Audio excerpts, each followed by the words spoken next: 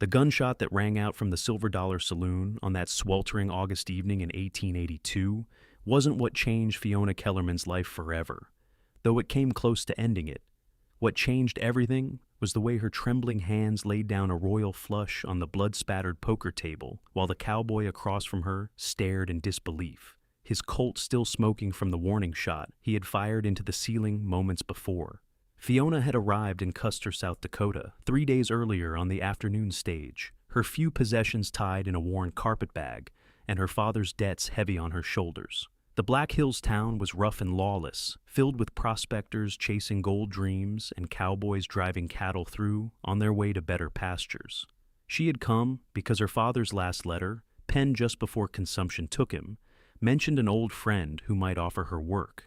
That friend had died 2 months before she arrived, leaving Fiona stranded with $4 to her name and winter approaching in the Dakota Territory. The boarding house wanted payment up front. The general store had no positions for a woman alone. The laundry was run by a Chinese family who barely had enough work for themselves.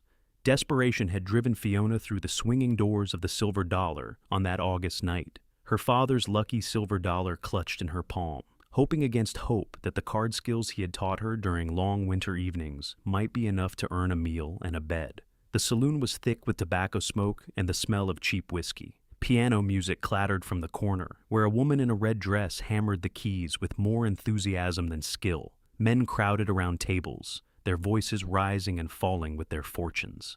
Fiona had stood in the doorway, her simple blue traveling dress marking her as different from the painted women who worked the room, her auburn hair pinned in a respectable bun despite 3 days of hard travel. A man at the nearest table had noticed her immediately. He rose from his chair with the fluid grace of someone accustomed to moving fast when necessary, his spurs chiming softly against the wooden floor. He was tall, with broad shoulders that strained against his shirt, and eyes the color of storm clouds. A well-worn Stetson sat pushed back on his head, revealing dark hair that needed cutting. His face was weathered but young, probably no more than 25, with the kind of strong jaw and straight nose that might have made him handsome if not for the hardness around his eyes. "Madam," he had said, his voice carrying a Texas drawl that seemed to soften the harsh consonants. "This is not the place for a lady." Fiona had lifted her chin, summoning courage she did not feel. "I need to play cards. I need to win money." The cowboy had studied her for a long moment, those gray eyes taking in everything from her dusty hem to her pale face. "You know how to play poker?" "My father taught me." "Your father taught you wrong if he let you think you could walk into a place like this." But something in his expression had shifted, perhaps recognizing the desperation in her voice. "How much money do you have?" $4. He had whistled low. "That will not last long at these tables. Most games start at $5 minimum." "Then I will find a different game." The cowboy had glanced back at his table, where 4 other men waited with varying degrees of impatience. Then he had done something Fiona would never fully understand. He had pulled out a chair at an empty table and gestured for her to sit. "One hand, you and me, your $4 against mine. If you win, you take the pot and walk out of here. If you lose, you give me that silver dollar you were holding and you leave anyway. Deal?" Fiona had hesitated, knowing this might be charity disguised as gambling, but pride and necessity warred within her. Pride lost. She sat. The cowboy had shuffled with practiced ease, his hands quick and sure. He dealt 5 cards to each of them, and Fiona picked up her hand with fingers that trembled despite her best efforts. 3 queens stared back at her, along with a 7 and a 2. It was a good hand, better than she had any right to expect. "How many cards?" the cowboy asked. 2. She discarded the 7 and 2, hoping for the impossible. He dealt her 2 new cards and took 3 for himself. Fiona looked at her draw, and her heart nearly stopped. The 4th queen and a king. 4 of a kind. Her father had always said 4 queens was a hand that smiled on women. The cowboy studied his cards with an expression that gave nothing away. $4 to match. He pushed his money into the center of the table. Fiona matched it with shaking hands, pushing her entire stake forward. $8 total. Enough for a week at the boarding house, if she was careful. "Show your cards," the cowboy said. Fiona laid down her 4 queens, her breath caught in her throat. The cowboy looked at her cards for a long moment, then at his own hand. His face remained impassive, but something flickered in those gray eyes. "Well, that is quite a hand." He started to lay down his cards, and Fiona caught a glimpse of 3 aces before the saloon doors burst open. 3 men stumbled in, their clothes covered in trail dust, and their faces flushed with alcohol consumed elsewhere. The largest of them, a bear of a man with a scarred face and cruel eyes, surveyed the room with the confidence of someone used to taking what he wanted. "Heard there was good poker in this establishment," the man bellowed. "Who wants to lose their money to Bull Henderson?" The saloon went quiet. Even the piano player stopped her enthusiastic pounding. Fiona saw several men at nearby tables suddenly become very interested in their drinks. The cowboy across from her tensed, his hand moving subtly toward the gun at his hip. "Henderson," he said quietly, almost to himself. Bull Henderson's gaze swept the room and landed on the cowboy. Recognition flared in his eyes, followed immediately by anger. "Tyler Greyson? I should have known I would find you in a rat hole like this." Tyler, Fiona now knew his name, stood slowly. "I have no quarrel with you, Henderson. I suggest you drink somewhere else tonight." "You cost me 6 months in a territorial prison," Henderson snarled, advancing into the room. His companions fanned out on either side of him, their hands near their weapons. "You testified against me when I was just doing business. You call rustling business? You stole cattle from a man who had 5 children to feed. I call it making a living, and I have been thinking for 6 months about how I might repay you for your civic duty." Henderson's hand hovered over his gun. "Draw, Greyson." The moment stretched tight as a wire. Fiona could feel her pulse hammering in her throat. She had seen men die over cards and cattle, and women during her years following her father from town to town. She knew the look in Henderson's eyes, the same look a coyote got before it went for the throat. Tyler's voice was steady. "There is a lady present. Take your grievance outside if you must, but do not do this here."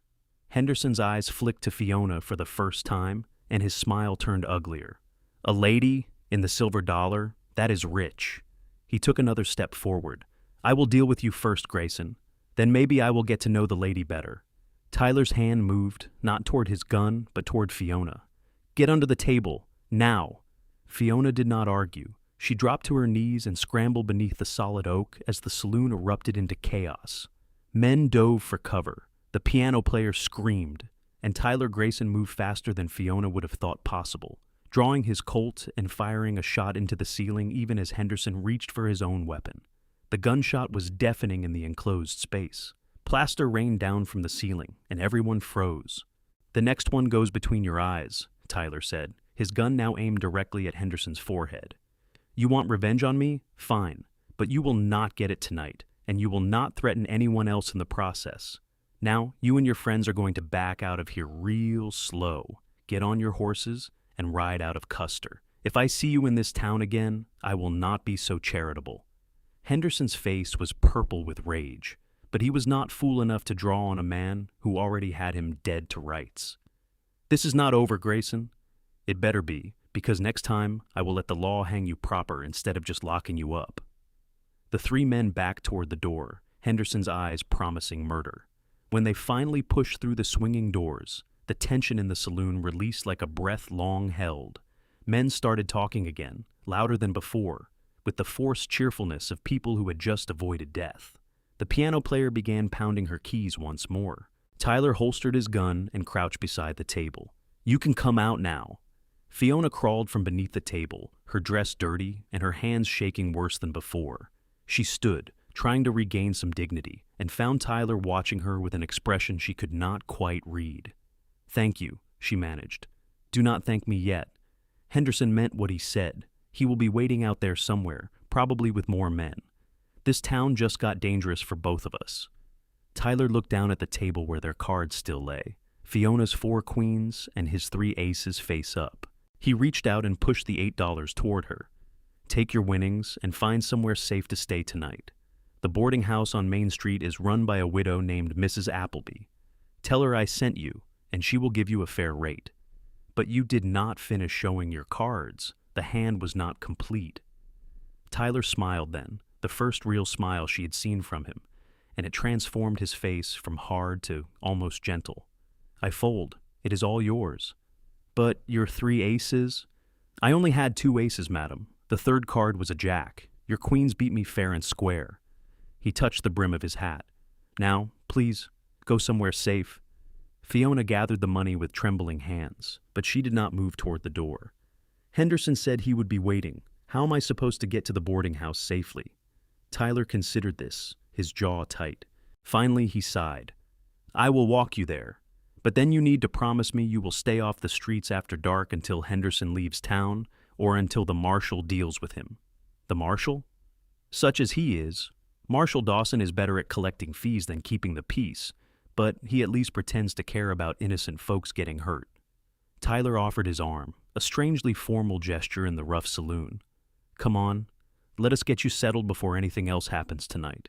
Fiona took his arm, feeling the solid strength beneath the fabric of his shirt. They walked together out of the Silver Dollar into the warm Dakota night. The street was quiet, lit by the occasional lantern hanging outside a business. Shadows pooled between buildings, and Fiona found herself pressing closer to Tyler, acutely aware of every darkened alley they passed. "You really should not have come here," Tyler said as they walked. "Custer is no place for a woman alone. Most of the decent families are miners or ranchers living outside town. What is here is rough men chasing rough dreams. I had nowhere else to go. My father died 3 months ago in Omaha. He owed money to several people, and I used what little I had to pay his debts. He had mentioned a friend here, someone who might help me, but when I arrived, I learned the man had died. I am sorry about your father. So am I. He was not a perfect man, but he loved me. He taught me to read and write and play cards. He said a woman needed skills to survive in this world, not just a pretty face and the hope of a husband." Tyler glanced at her, something unreadable in his expression. "He sounds like he was a wise man, even if his timing was poor in sending you here." They reached the boarding house, a 2-story structure that looked more solid than most buildings in Custer. Light glowed in the downstairs windows, and Fiona could see lace curtains, an unexpectedly civilized touch. Tyler knocked, and after a moment, the door opened to reveal a woman in her 50s with steel-gray hair and sharp eyes. "Tyler Greyson, what brings you to my door at this hour?" The woman's tone was stern, but not unfriendly. "Evening, Mrs. Appleby. This is Miss Kellerman. She just arrived in town and needs a room. I was hoping you might have space for her." Mrs. Appleby looked Fiona up and down, her gaze missing nothing. "She looks like she has been crawling around in the dirt. There was an incident at the Silver Dollar. Miss Kellerman had to take cover under a table." The widow's expression sharpened. "What kind of incident?" "Bull Henderson kind." Mrs. Appleby's lips pressed into a thin line. "That man is poison. Come in, Miss Kellerman. I have a room on the 2nd floor, clean and quiet. $3 a week, meals included if you eat at the times I set. No gentlemen callers, no drinking, no questionable behavior." "That sounds perfect," Fiona said, relief flooding through her. She pulled out $3 from her winnings and handed them to Mrs. Appleby. The widow took the money and stepped aside. "You can come in too, Tyler, long enough for a cup of coffee and to explain what happened tonight." They followed Mrs. Appleby into a neat parlor with furniture that had seen better days but was scrupulously maintained. The widow disappeared into the kitchen and returned with 3 cups of coffee that actually smelled fresh, a rarity in most frontier establishments. They sat, and Tyler explained the evening's events, leaving out only the details of the poker game itself. When he finished, Mrs. Appleby shook her head. "Henderson will not leave town quietly. He is the type who nurses grudges until they poison everything around him. Tyler, you need to talk to Marshal Dawson first thing tomorrow. I intend to, but Henderson is smart enough not to try anything obvious. He will wait and watch, looking for an opening." "Then you should not be alone," Mrs. Appleby said, looking at Fiona. "Neither of you. Henderson knows Tyler defended you. In his mind, that makes you a target too." Fiona's stomach clenched. "I did not ask for his help. I do not want to be anyone's target." "Too late for that," Tyler said, but his tone was gentle. "Henderson saw me protect you. In his twisted thinking, hurting you would hurt me. I am sorry, Miss Kellerman. I never meant to drag you into my troubles. You saved my life, or at least you saved me from something very bad. I cannot fault you for that." Fiona set down her coffee cup, her mind racing. "What do you suggest we do?" "Stay here, stay safe, and let me handle Henderson," Tyler said. "I have dealt with men like him before. He will get bored or the marshal will run him off, and then you can go about your business in peace." But even as he said it, Fiona could hear the doubt in his voice. She had been around violent men enough to know they rarely got bored of revenge. Mrs. Appleby showed Fiona to her room after Tyler left, promising to check on her in the morning. The room was small but clean, with a narrow bed, a washstand, and a window that looked out over the dark street. Fiona stood at that window for a long time, watching the shadows and thinking about the cowboy with storm-colored eyes who had folded a winning hand and given her hope. Sleep came hard that night, and when it did, it was filled with dreams of gunshots and falling cards. Morning brought bright sunshine and the smell of frying bacon. Fiona washed her face in the basin, changed into her only other dress, a simple gray cotton that was more practical than pretty, and made her way downstairs. Mrs. Appleby's dining room held 4 other boarders, all men who worked in the mines or the lumber mill outside town. They nodded politely, but said little, focused on their breakfast before a hard day's labor. After they left, Mrs. Appleby poured Fiona more coffee and sat across from her. "Tyler Greyson is a good man. I want you to know that before you hear otherwise." What would I hear otherwise? That he is fast with a gun, that he has killed men, that he rides the edge of the law sometimes. Mrs. Appleby stirred sugar into her coffee, her expression thoughtful. All of that is true, but it does not make him bad. He came to Custer 2 years ago, bought a small ranch north of town, and has been trying to build something decent. He breaks horses, runs a few head of cattle, and minds his own business, but he will not tolerate injustice, and that has made him enemies. Like Henderson. There are others too, men who think because this is the frontier, they can do as they please. Tyler has stood up to them, testified against them, even stopped them directly when the marshal would not. He is respected, but respect and popularity are not the same thing. Fiona absorbed this information, trying to reconcile it with the man who had dealt her cards with gentle hands and folded a hand he might have won. "Why are you telling me this?" "Because I saw the way he looked at you last night. And I saw the way you looked at him. I am an old woman, and I have seen that look before. It usually leads somewhere, and you should know what you might be getting into." Heat rose in Fiona's cheeks. "I only just met him. I am not looking at him in any particular way." Mrs. Appleby's smile was knowing but kind. "If you say so, dear. Now, what are your plans? You cannot hide in this house forever, and you will need work if you want to stay in Custer." "I do not know yet. I can read and write and cipher. I can sew and cook, though not particularly well. I can play cards, but that does not seem like a respectable occupation for a woman." "No, it certainly does not. Although..." Mrs. Appleby trailed off, her eyes thoughtful. "The school teacher quit last month, married a merchant, and moved to Denver. The town council has been looking for a replacement, but most folks qualified to teach do not want to come to Custer. If you can prove you can read and write well enough, they might hire you. The pay is not much, but it is steady." Hope flickered in Fiona's chest. "Do you really think they would consider me?" "No harm in asking. The council meets tonight at the town hall. I could introduce you to Horace Miller, the chairman. He owns the general store and has 3 children who need schooling. He would be motivated to find a teacher quickly. I would be grateful for the introduction. Then we will go this afternoon when the store is less busy." Mrs. Appleby stood, collecting the breakfast dishes. "In the meantime, you can help me with the washing. I could use an extra pair of hands, and it will give you something to do besides worry." Fiona spent the morning helping Mrs. Appleby wash linens and hang them in the yard behind the boarding house. The work was hard but familiar, and it kept her hands busy even if it did not quiet her mind. She kept thinking about Tyler, wondering where he was and whether Henderson had made another move. Several times she caught herself looking toward the street, hoping to see him riding past. By afternoon, when she and Mrs. Appleby walked to the general store, Fiona had convinced herself she was being foolish. Tyler had helped her because he was a decent man, nothing more. The fact that his smile had made her heart skip, or that the memory of his arm beneath her hand kept returning, did not mean anything beyond her own loneliness and gratitude.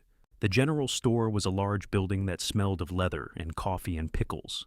Shelves lined the walls, stocked with everything from canned goods to farming equipment.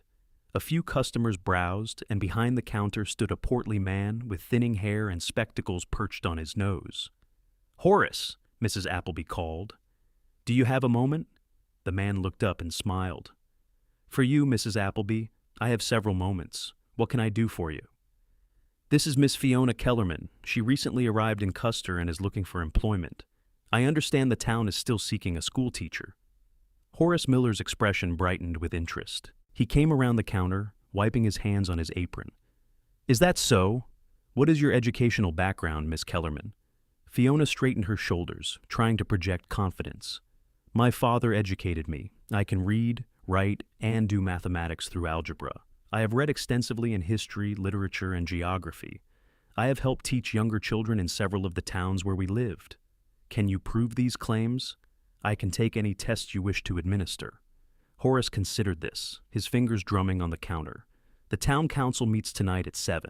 If you come to the town hall, I will have you read aloud, write a sample, and solve some arithmetic. If you pass, we can discuss the position. The salary is $30 a month, plus use of the teacherage, a small cabin behind the schoolhouse. You would be responsible for teaching approximately 20 children, ages 5 to 14, in all subjects. Can you handle that? $30 a month. It was more money than Fiona had ever had regular access to. Yes, sir, I can. Then I will see you tonight. Come prepared to demonstrate your abilities. Horace nodded to both women and returned to his customers. Outside, Fiona felt dizzy with possibility. Do you think I can do this?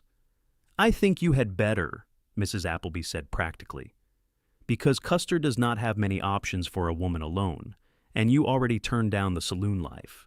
Teaching is respectable, and it will give you a place in this community. The rest will follow.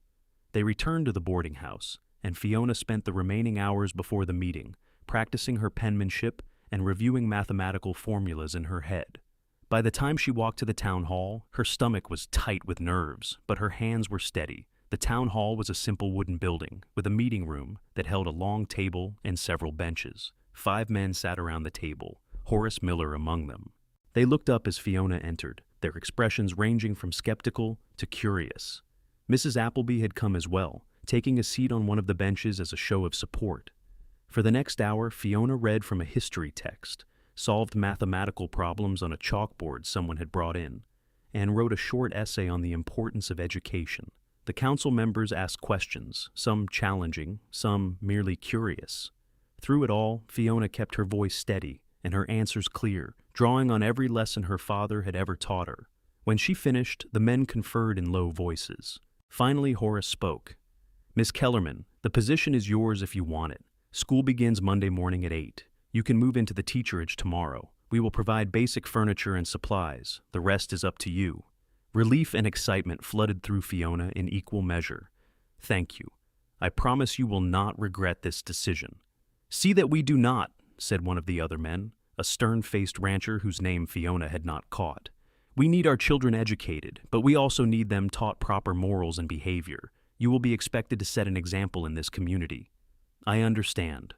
Walking back to the boarding house with Mrs. Appleby, Fiona felt like she was floating. A job, a home, a future. It was more than she had dared hope for when she arrived in Custer 3 days ago. You did well, Mrs. Appleby said. I am proud of you. Thank you for believing I could do this. Oh, I knew you could. I just was not sure the council would see past your youth and gender, but you proved yourself, and that is what matters. The widow paused as they reached the boarding house. Someone is waiting for you. Fiona looked up and saw Tyler sitting on the porch steps, his hat in his hands. He stood as they approached, and even in the dim light, Fiona could see the tension in his shoulders. Evening, ladies, he said.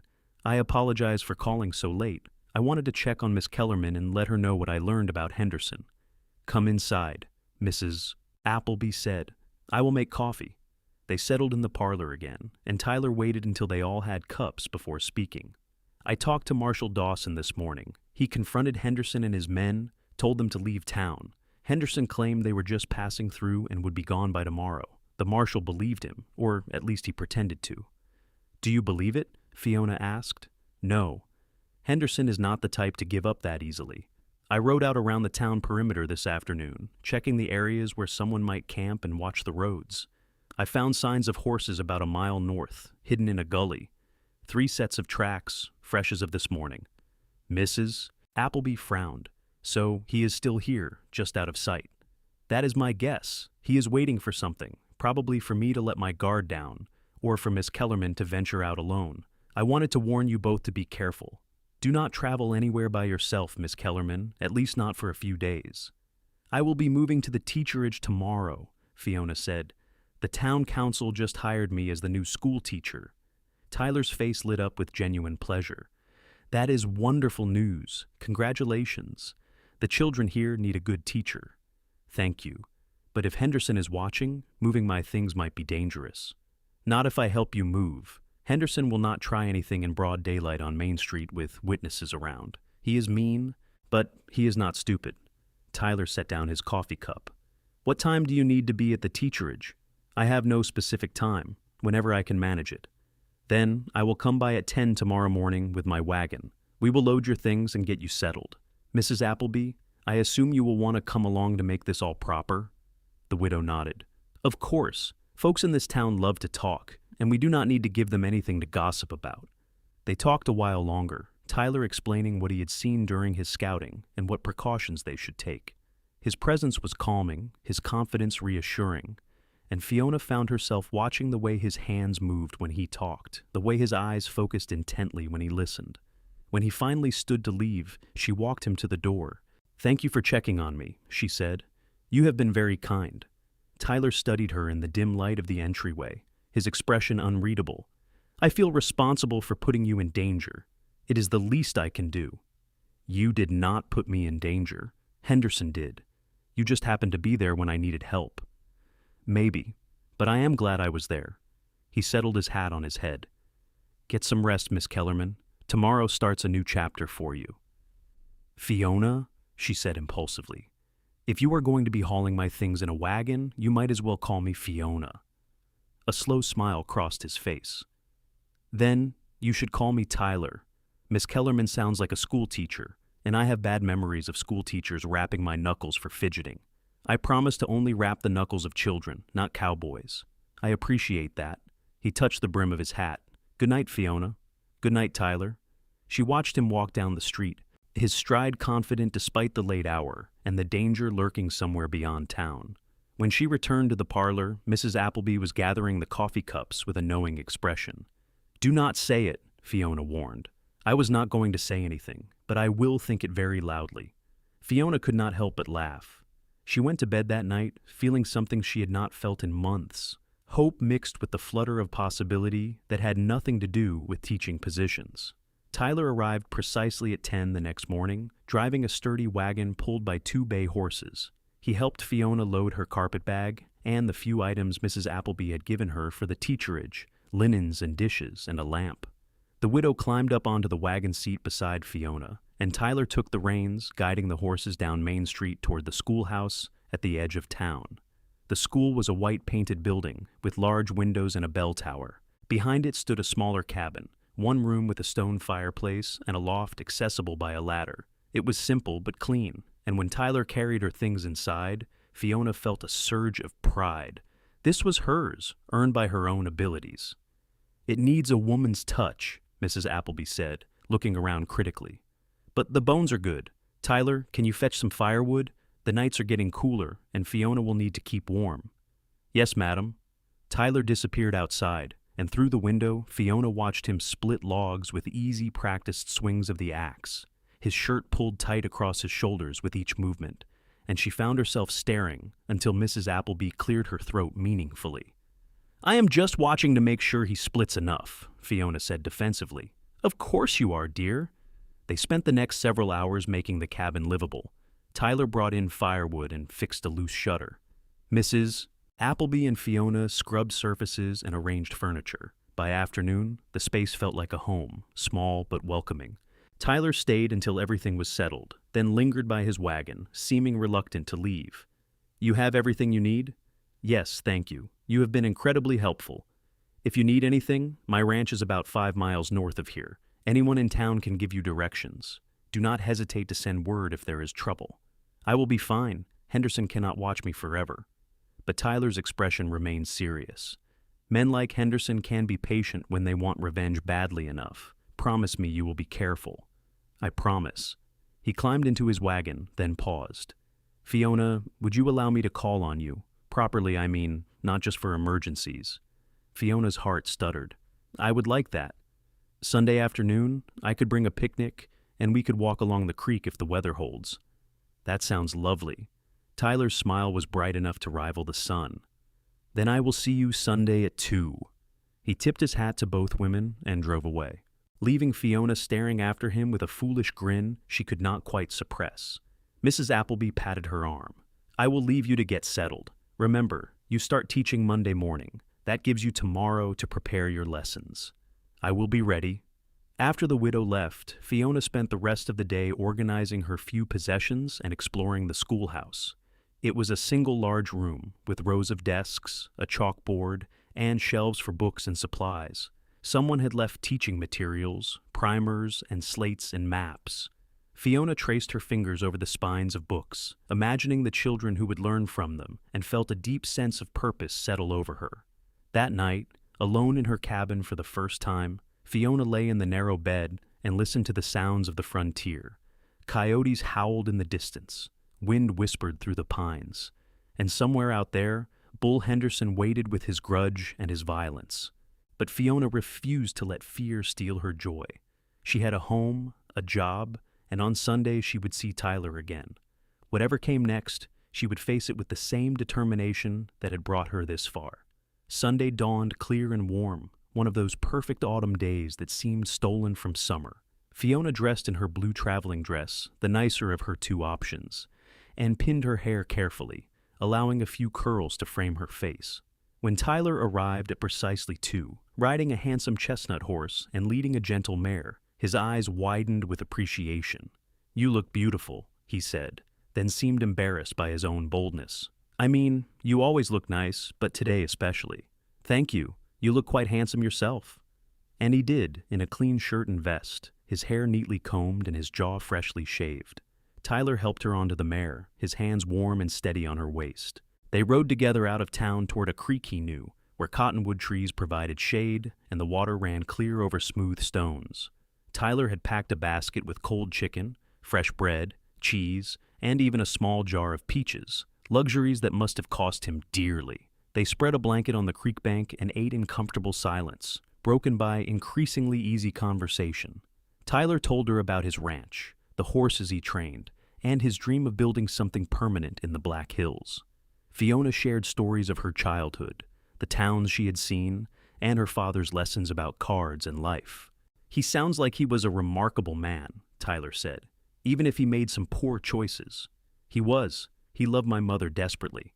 When she died giving birth to my brother, who also died, my father sort of broke. He never gambled before that, but afterward, it was like he was trying to test fate, seeing how much he could lose before he lost everything. The answer, it turned out, was everything including his life. Tyler reached out and took her hand, his fingers interlacing with hers. I am sorry you went through that. No one should have to watch someone they love self-destruct. Thank you. What about your family? Do they know you are out here trying to build a ranch? Tyler's expression clouded. My father died when I was 15. He was a Texas Ranger, shot during a robbery. My mother remarried a year later to a man who did not want a nearly grown stepson around. I left home at 16, worked cattle drives, and learned to break horses. Been on my own ever since. That must have been hard. It was, but it taught me to rely on myself. And it brought me here, to this place, to this moment. He squeezed her hand gently. I am grateful for that. They sat together watching the creek, and Fiona felt something shift inside her, a wall she had built around her heart beginning to crumble. Tyler was easy to be with, his presence solid and reassuring without being overbearing. When he looked at her, she felt seen in a way she had not experienced before. Can I tell you something? Tyler said after a while. That night in the saloon, I did not fold because your hand beat mine. Fiona turned to him, surprised. What do you mean? I mean, I had a full house, kings over tens. It would have beaten your 4 queens. Her mouth fell open. Then why did you fold? Because I saw in your eyes that you needed that win more than I needed the money, and because I saw something else too, something that made me want to know you better. I know it sounds strange. We had just met, and I do not believe in love at first sight or any of that romantic nonsense. But I believe in recognizing when someone matters, when they might matter quite a lot if given the chance. Fiona's heart was racing. You gave up a winning hand for me. I would do it again. Tyler lifted her hand to his lips and kissed her knuckles, a gesture so gentle and old-fashioned it made her breath catch. Fiona, I know it is too soon to speak of serious things. We have only known each other a few days, but I want you to know my intentions are honorable. I would like to court you properly if you will allow it. I would like that very much. Tyler's smile was brilliant. He leaned forward slowly, giving her every chance to pull away, and when she did not, he kissed her. It was soft and sweet, a question rather than a demand, and Fiona found herself leaning into it, her hand coming up to rest against his chest, where she could feel his heart beating as fast as her own. When they pulled apart, Tyler rested his forehead against hers. I have been wanting to do that since I saw you standing in that saloon doorway, looking scared and determined, and so beautiful, it hurt. I have been wanting you to do that since you smiled at me across the poker table. They stayed by the creek until the sun began to set, talking and kissing and simply being together. Tyler told her about his horses, showed her the calluses on his hands from working leather and wood, and made her laugh with stories of cattle drive mishaps. Fiona felt herself falling, tumbling into feelings she had never experienced before, terrifying and exhilarating in equal measure. Riding back to town as twilight painted the sky purple and gold, Fiona felt happier than she had in years. But as they approached the schoolhouse, Tyler tensed, his hand moving instinctively toward his gun. "What is it?" Fiona asked. "Your door is open. I know you closed it when we left. I checked." Fear spiked through her happiness. They dismounted, and Tyler drew his gun, moving ahead of her with cautious steps.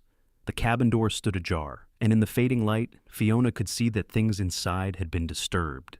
Tyler pushed the door fully open, his gun raised. "Stay behind me." But the cabin was empty of people. What remained was chaos. Fiona's few possessions had been thrown around, her mattress slashed, her books torn. On the wall above the fireplace, someone had written in charcoal, "The school teacher and the cowboy. How sweet. Let us see how long that lasts." Tyler cursed under his breath. "Henderson, he has been watching." Fiona stepped into the cabin, looking at the destruction of her new home, and felt rage replace fear. "He has no right. This is my home." "He does not care about rights. He cares about hurting me, and he knows the best way to do that now is to threaten you." Tyler holstered his gun and began righting the furniture with barely controlled anger. "You cannot stay here tonight. It is not safe. I will not let him drive me out of my own home. Fiona, please. He has already broken in once. He could come back, and next time, he might not be content with just destroying property." Tyler gripped her shoulders, his eyes intense. "I could not bear it if something happened to you because of me. This is not because of you. This is because Henderson is a cruel man who cannot let go of his grudges. Maybe, but I am the reason his grudge includes you now." Tyler released her and ran a hand through his hair, frustration evident in every line of his body. "Let me take you back to Mrs. Appleby's, at least for tonight. Tomorrow I will talk to the marshal again, and we will figure out how to protect you properly." Fiona wanted to argue, wanted to claim her independence, and refused to be intimidated. But looking at the slashed mattress and the threatening message, she knew Tyler was right. Stubbornness could get her killed. "All right, but just for tonight, I will not let Henderson steal my life here." They gathered what belongings had not been destroyed and rode back to the boarding house. Mrs. Appleby took one look at their faces and asked no questions, simply preparing Fiona's old room and making tea with steady, capable hands.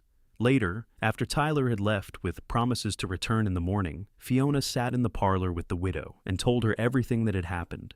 Mrs. Appleby listened in grim silence. "Henderson has escalated.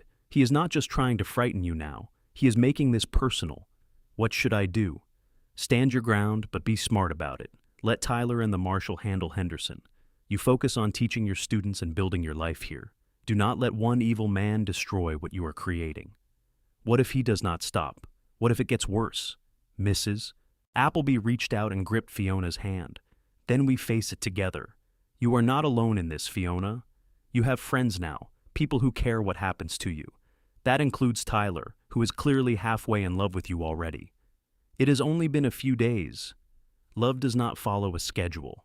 I knew my husband 3 weeks before we married, and we had 30 good years together before fever took him. When you know, you know. Fiona thought about Tyler's kiss, the way her heart felt too big for her chest when he smiled, the rightness of his hand in hers. I think I might be falling in love with him too. Is that foolish? Only if you let fear keep you from it. Love is always a risk, Fiona. The question is whether the person is worth the risk. From what I have seen, Tyler Greyson is worth quite a lot. That night, Fiona dreamed of torn books and charcoal messages, but also of Tyler's smile and the feeling of safety in his arms. She woke determined not to let Henderson's cruelty steal her joy or her future. Monday morning arrived with a chill that promised winter was not far off. Fiona dressed in her gray dress, pinned her hair severely, and walked to the schoolhouse with her head high despite the nervous flutter in her stomach. Tyler had promised to check on her during the day, and Mrs. Appleby had insisted on walking her to work, but Fiona needed to show both herself and Henderson that she would not be intimidated. The schoolhouse was already surrounded by children when she arrived, ranging from small 5-year-olds to gangly teenagers nearly as tall as she was. They fell silent as she approached, studying her with the frank curiosity of children everywhere. "Good morning," Fiona said, unlocking the schoolhouse door. "I am Miss Kellerman, your new teacher. Please come inside and find seats. We have much to learn together." The day passed in a blur of introductions, assessments of reading and mathematics levels, and establishing rules. The children were a mix of eager and reluctant learners, some bright-eyed and attentive, others clearly wishing they were anywhere else. Fiona fell into the rhythm of teaching more easily than she had expected, discovering that she genuinely enjoyed explaining concepts and watching understanding dawn on young faces. At lunch, Tyler appeared with a basket containing sandwiches and apples. "I thought you might be too busy to pack food. How was your first day?" "Exhausting, but good. The children are wonderful, even the difficult ones." Fiona accepted a sandwich gratefully, realizing she had been too nervous that morning to eat breakfast. "Have you spoken to the marshal?" Tyler's expression darkened. "I did. He promised to patrol more frequently and said he would talk to Henderson again. But between you and me, I do not think Dawson wants to push too hard. Henderson has friends, bad men who would make the marshal's life difficult if he gets too aggressive. So we are on our own." "Not entirely. I talked to some of the ranchers and townspeople I trust. Several have agreed to keep an eye on the schoolhouse and your cabin. Henderson will not be able to move without someone seeing." Tyler reached out and brushed a stray curl from her face, his touch gentle. "I know this is not how you wanted to start your teaching career. No, but I'm not going to let it stop me. These children need education, and I need purpose. Henderson can threaten all he wants, but he cannot take away what I am building here." Pride shone in Tyler's eyes. "You are remarkable. Do you know that?" Before Fiona could respond, the school bell rang, signaling the end of lunch. Tyler stood, taking the empty basket. "I will come by after school to walk you back to Mrs. Appleby's." "You do not need to do that." "I know, but I want to." He smiled. "Humor me."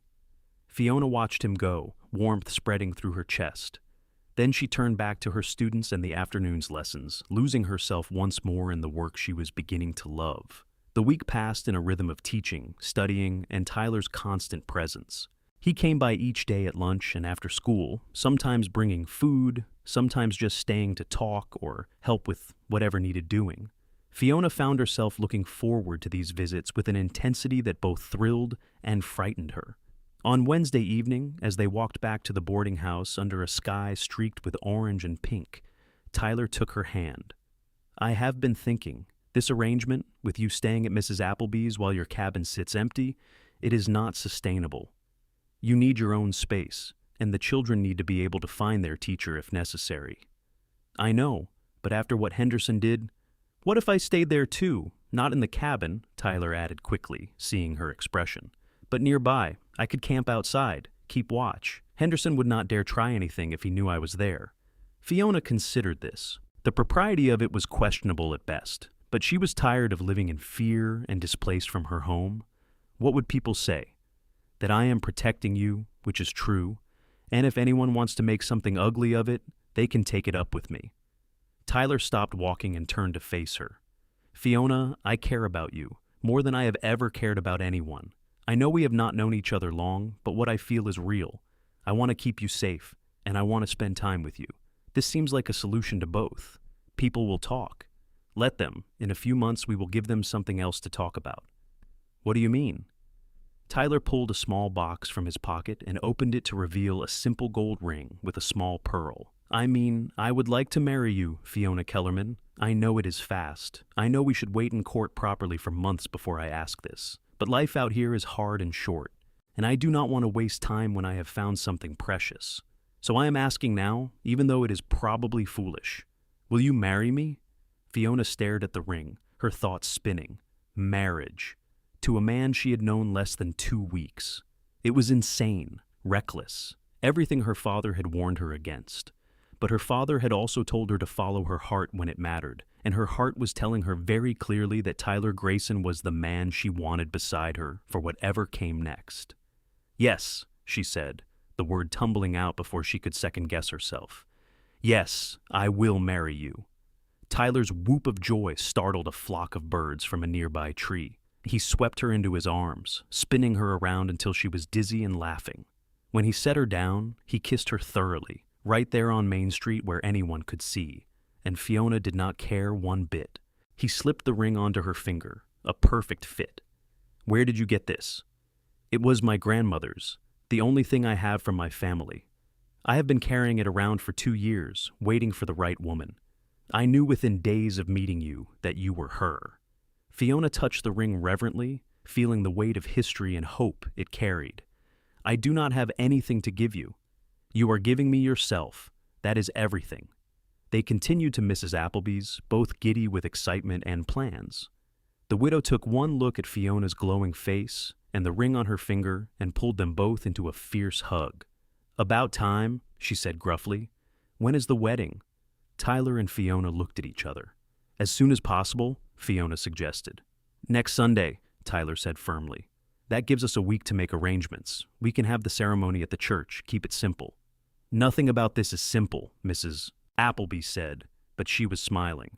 But I will help you plan it, and Fiona can stay here until the wedding, then move to Tyler's ranch as a married woman. That should satisfy the gossips. What about Henderson?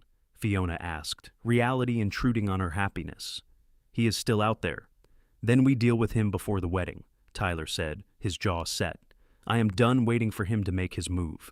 Tomorrow I am going to find his camp and confront him directly. This ends now. Tyler, no. That is exactly what he wants. He wants you to come after him so he can claim self-defense when he kills you. He will not kill me. I am faster and smarter, and I have more to lose now than ever before. Tyler cupped her face in his hands. Trust me, Fiona. I have dealt with men like Henderson before. I know how to handle this. But fear curled in Fiona's stomach, cold and heavy. She had just found Tyler, just agreed to marry him. The thought of losing him to Henderson's revenge made her feel sick. Promise me you will be careful. Promise me you will not take unnecessary risks. I promise. I will be smart and cautious, and I will come back to you. We have a wedding to plan. That night, Fiona lay awake long after the boarding house fell silent, turning the ring on her finger and praying to a God she was not sure listened that Tyler would keep his promise. Tyler rode out before dawn, tracking Henderson's camp, with the skills learned from years of frontier living. He found the spot in the gully about a mile north of town, just as he had suspected. 3 horses were tethered nearby, and the remains of a fire smoldered between bedrolls. But the camp was empty. Cursing under his breath, Tyler scanned the area for clues. Fresh tracks led away from the camp, heading not toward town, but deeper into the hills. He followed them carefully, his hand near his gun, every sense alert for ambush. The tracks led to a narrow canyon with steep walls, the kind of place that made Tyler's instincts scream danger. He dismounted, leaving his horse at the canyon entrance, and proceeded on foot, using rocks and scrub brush for cover. He found Henderson and his men at the far end of the canyon, standing beside a small creek and arguing in low, angry voices. Tyler could not hear specifics, but their body language spoke of disagreement. Good. Discord among enemies was always useful. Tyler stepped into the open, his gun drawn but pointed at the ground. Henderson, we need to talk. The three men whirled, their hands flying to their weapons. But Tyler had positioned himself well, with cover behind him and the sun at his back, putting them at a disadvantage. "Greyson," Henderson snarled, "come to turn yourself in for murder? Because I am planning to kill you, and I would rather do it legal if possible. I came to offer you a deal. Leave Custer. Leave Miss Kellerman alone. Do that, and I will not press charges for breaking into her cabin or for the threats. You ride away, and this is over. Or," one of Henderson's companions asked, a weasel-faced man with nervous eyes, "or I make sure the marshal arrests all three of you for criminal trespass, destruction of property, and terroristic threatening. You will sit in jail while they wait for the circuit judge, and when he comes, I will testify. Again. And this time, Henderson, you will not get 6 months. You will get years." Henderson's face turned purple. "You have some nerve coming here alone and threatening me. I am not alone." Tyler gestured toward the canyon rim, where several figures had appeared, men from town and nearby ranches who had agreed to back Tyler's play. "And I am not threatening. I am offering you a way out that does not end with you in prison or dead. Take it." For a long moment, the canyon was silent except for the burble of the creek and the whisper of wind through the rocks. Henderson stared at Tyler with naked hatred, his hand twitching near his gun. But he was a survivor above all, and he knew when the odds were against him. "Fine," Henderson spat. "We will leave. But this is not over, Greyson. Someday, somewhere, we will meet again, and next time, I will be ready. If we meet again and you threaten me or anyone I care about, I will put you down like the rabid dog you are. Now go. Get your things and ride out. I want you 10 miles away by sunset." Henderson and his men backed toward their horses, never taking their eyes off Tyler. They mounted and rode out of the canyon, dust rising in their wake. Tyler waited until they were out of sight, before lowering his gun and signaling his friends that it was safe to descend. "You think he meant it?" asked Bill Thornton, a rancher who had lost cattle to Henderson's rustling. "That he will leave? For now, men like Henderson are smart enough to know when they are beaten. He will go lick his wounds and probably find some other town to terrorize. As long as he stays away from Custer and Fiona, I do not care what else he does." "You are getting married, I hear." Tyler could not help but smile. "I am. Next Sunday. You are invited if you want to come." Bill clapped him on the shoulder. "Would not miss it. It is about time you settled down. That little school teacher is good for you." They rode back to town together, Tyler feeling lighter than he had in days. The threat was gone, at least for now, and he could focus on building a life with Fiona instead of watching over his shoulder for Henderson's revenge. Fiona saw Tyler coming from the schoolhouse window during afternoon lessons and had to restrain herself from running outside. She forced herself to wait until school dismissed, bidding her students goodbye with distracted smiles before hurrying out to meet him. "Well," she demanded as soon as she was close enough to speak without shouting. Tyler dismounted and pulled her into his arms, heedless of curious children still lingering nearby. "He is gone. They all are. I tracked them to their camp, confronted them, and gave them a choice between leaving or facing charges. They chose to leave." Relief flooded through Fiona so strongly her knees went weak. "You are sure?" "I am sure." Bill Thornton and a few others watched them pack up and ride out. Henderson knows he is outnumbered and outgunned. He will move on to easier targets. "Thank God." Fiona buried her face in Tyler's chest, breathing in the scent of him, leather and soap and horses. "I was so worried. I promised I would be careful. I keep my promises." Tyler tilted her chin up and kissed her gently. "We are safe now. We can plan our wedding without looking over our shoulders." The week that followed was a whirlwind of preparation. Mrs. Appleby took charge of the arrangements with military efficiency, enlisting the help of other women in town.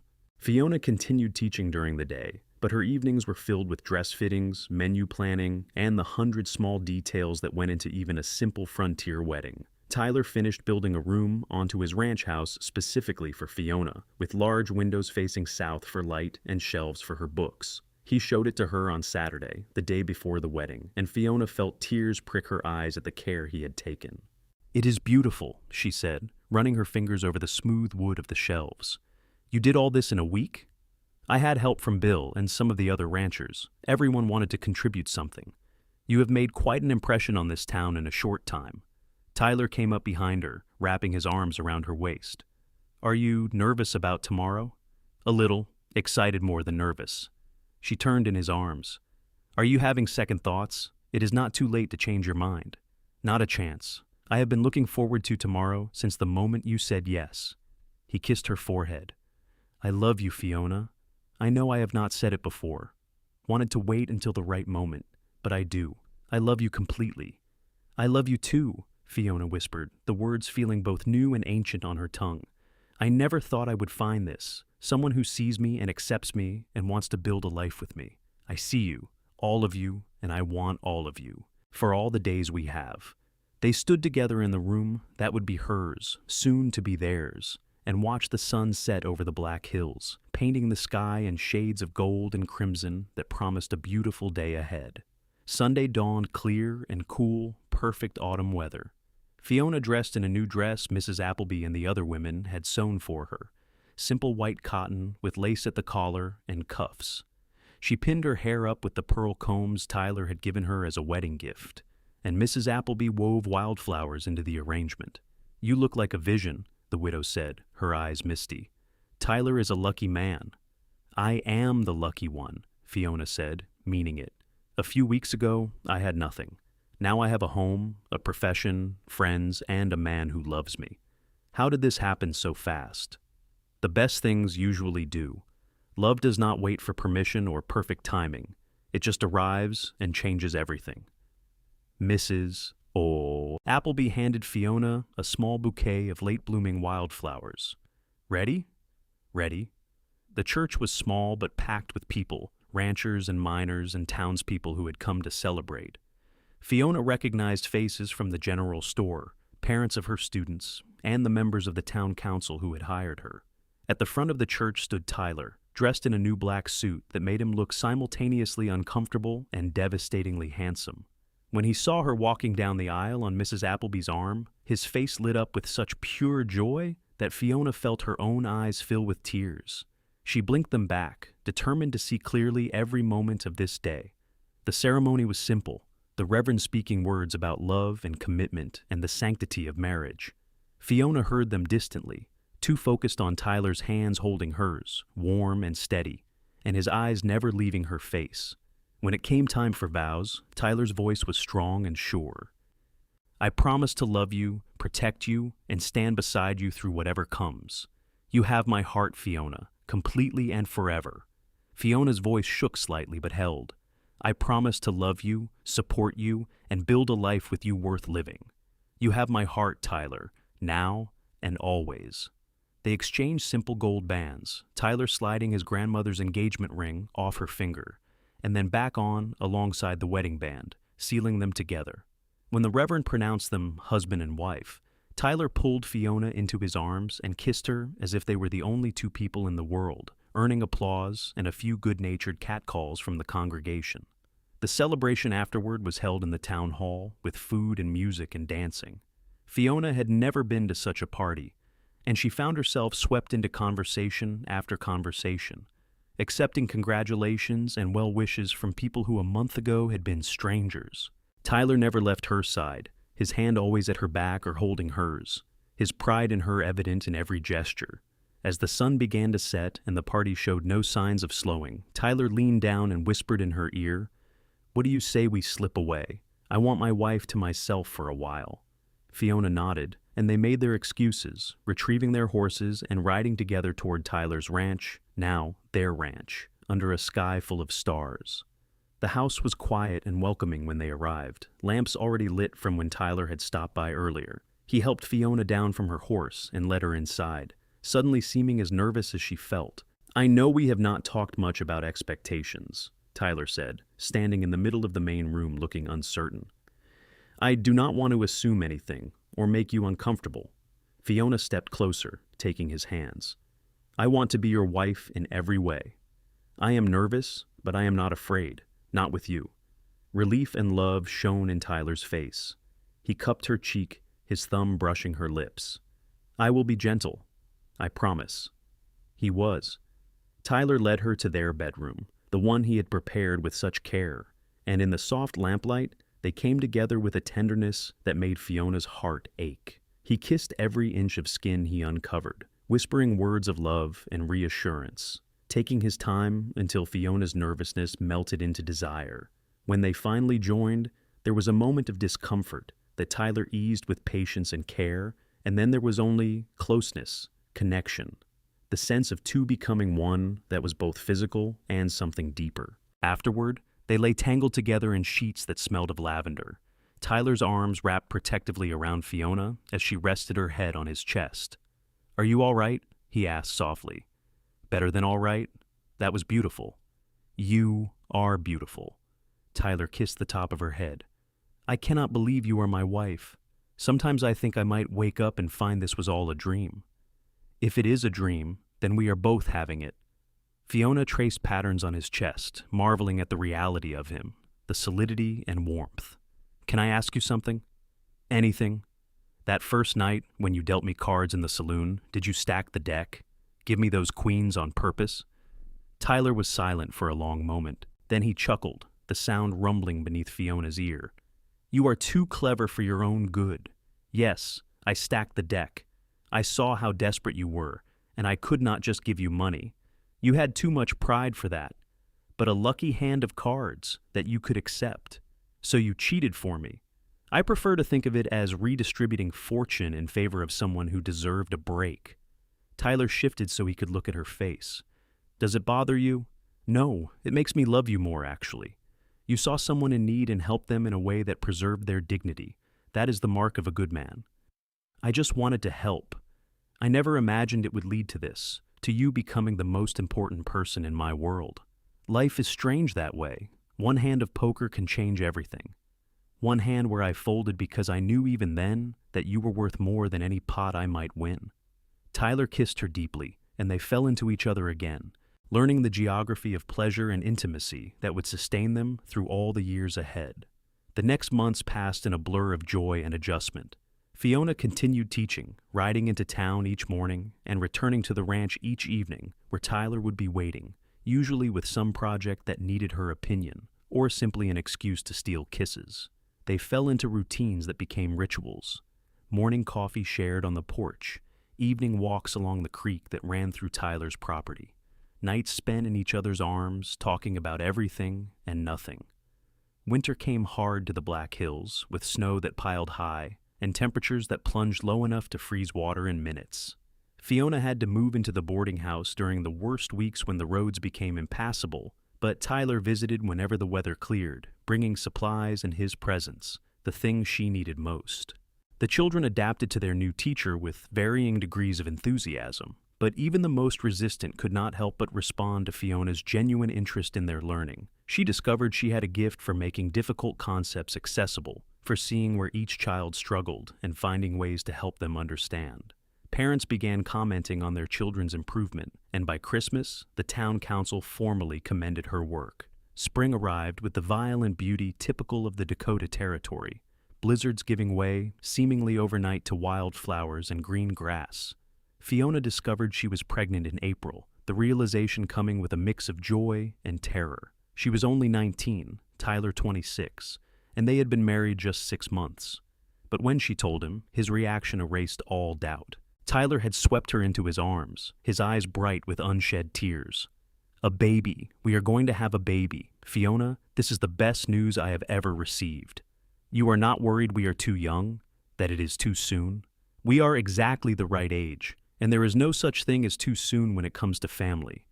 This is everything I have ever wanted." The pregnancy progressed smoothly, though Fiona had to stop teaching once she began to show, propriety dictating that such things not be visible to school children. She spent her days at the ranch, preparing for the baby's arrival and helping Tyler with the lighter chores. He was absurdly protective, barely letting her lift anything heavier than a book, but Fiona found his concern endearing rather than stifling. Their son was born in December of 1883, during a snowstorm that trapped them in the ranch house with only each other. Tyler had ridden for the doctor when Fiona's pains began, but the storm intensified too quickly, and Tyler returned alone, windblown and worried. "We can do this ourselves," Fiona had said, trying to sound more confident than she felt. "Women have been having babies forever. Women have also died having babies forever." But Tyler had rolled up his sleeves, boiled water, and prepared clean linens, drawing on vague memories of helping with calving and foaling. When the baby finally arrived after hours of labor that left Fiona exhausted and wrung out, Tyler caught him with shaking hands and tears streaming down his face. "A boy," he said, his voice cracking. "Fiona, we have a son." They named him Thomas, after Tyler's father. He was perfect, with a shock of dark hair and eyes that would eventually turn the same gray as Tyler's. Fiona held her son and felt something shift fundamentally inside her. A love so fierce and protective, it was almost frightening in its intensity. Tyler was a devoted father, walking the floor with Thomas when he fussed at night, changing diapers without complaint, singing lullabies in his rough voice that somehow always soothed the baby to sleep.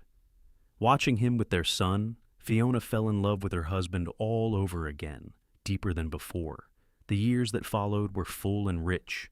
Fiona returned to teaching when Thomas was old enough to stay with Mrs. Appleby during school hours, the widow having become essentially family. Tyler's ranch prospered, his reputation as a horse trainer spreading throughout the territory. They added 2 more children, a daughter named Grace in 1885 and another son, Michael, in 1887. There were hard times too. A drought in 1886 killed half their cattle and forced them to borrow money they spent 2 years repaying. Grace was born premature and spent her first month terrifyingly fragile, hovering between life and death before finally growing stronger. Michael broke his arm falling from a horse when he was 3, and the guilt Tyler felt, despite it not being his fault, nearly broke him. But they weathered every storm together, learning that love was not just the passionate kisses and romantic gestures of courtship, but also the steady presence during crisis, the unglamorous work of raising children and running a household, the choice to stay and fight for each other when things got hard. On their 10th anniversary, Tyler took Fiona back to the creek where he had proposed, the children staying overnight with Mrs. Appleby. They spread a blanket under the cottonwood trees and ate a picnic that echoed that first one a decade before. "Do you ever regret it?" Tyler asked, pouring her a cup of wine they had splurged on for the occasion. "Marrying me so quickly, tying yourself to frontier life instead of finding something easier back east?" Fiona looked at her husband, the man who had folded a winning hand and given her a chance at a new life, who had stood by her through everything the past 10 years had thrown at them. Gray threaded through his dark hair now, and lines bracketed his eyes, marks of age and laughter and worry. He was more handsome to her now than he had been at 25, because she knew every part of him, the good and the difficult, and loved it all. "Not for a single moment," she said honestly. "This life is hard, but it is ours. These children are ours. You are mine, and I am yours, and I would not change any of it." Tyler pulled her close, kissing her with the familiar passion that had not dimmed despite years and children and responsibility. "I love you more now than I did when I married you. I did not think that was possible, but it is. You get deeper into my heart every single day. I love you too. Thank you for seeing me that night in the saloon. Thank you for giving me those queens and walking me to Mrs. Appleby's and proposing after only a week. Thank you for every day since." They made love there by the creek, under the same stars that had witnessed their wedding night, and Fiona thought about how one moment, one hand of cards, one man's kindness could change the trajectory of an entire life. The years continued to roll past, bringing more changes and challenges. Thomas grew into a serious boy who loved books almost as much as his mother, eventually going to college in Minneapolis to study law. Grace became a skilled rider who helped Tyler train horses and eventually took over that aspect of the ranch business. Michael inherited his father's easy charm and his mother's card skills, though Fiona made sure he understood gambling was only for recreation, not livelihood. Fiona taught for 25 years, educating 2 generations of Custer children before retiring to focus on the ranch and the grandchildren who started arriving in the early 1900s. Tyler remained active in the community, serving on the town council and helping establish laws that brought more civilization to the rough frontier. They watched the Dakota Territory become the state of South Dakota in 1889. They saw the last of the open range disappear as more homesteaders arrived, fencing and farming what had once been wild grassland. They lived through economic panics and booms, through innovations that brought telephones and automobiles even to remote places like Custer. Through it all, they remained devoted to each other, their love, the foundation everything else was built upon. They still sat together on the porch each morning, drinking coffee and watching the sun rise over the Black Hills. They still walked along the creek, though more slowly now, Tyler's joints stiff with arthritis and Fiona's vision dimming with age. They still slept curled together, even after 40 years of marriage, taking comfort in the warmth and presence of the person who knew them best. On their 50th wedding anniversary in 1932, their children and grandchildren gathered at the ranch for a celebration. The house they had built together was full of laughter and life, 4 generations represented in the faces around the table. Tyler, now 76 with white hair and hands gnarled from decades of ranch work, stood to make a toast. 50 years ago, I sat in a saloon in this very town and met a young woman who looked scared and determined and beautiful. I dealt her cards, she won the hand, and I won the greatest prize of my life, her heart. People thought we were crazy, getting married after knowing each other only a week. Maybe we were, but that craziness has given me 50 years of joy, 3 amazing children, 11 grandchildren, and more love than any man has a right to expect. He turned to Fiona, tears shining in his eyes. Fiona, you are still the most beautiful woman I have ever seen. You are still the smartest, the strongest, the most compassionate person I know. Marrying you was the best decision I ever made, and I would make it again every single day. I love you. Fiona rose, her own eyes wet, and took Tyler's hand. You gave me everything when I had nothing. You saw value in me when I could not see it in myself. You have been my partner, my lover, and my best friend through every joy and every sorrow. I would not have wanted to live this life with anyone else. I love you, Tyler Greyson, with every piece of my heart.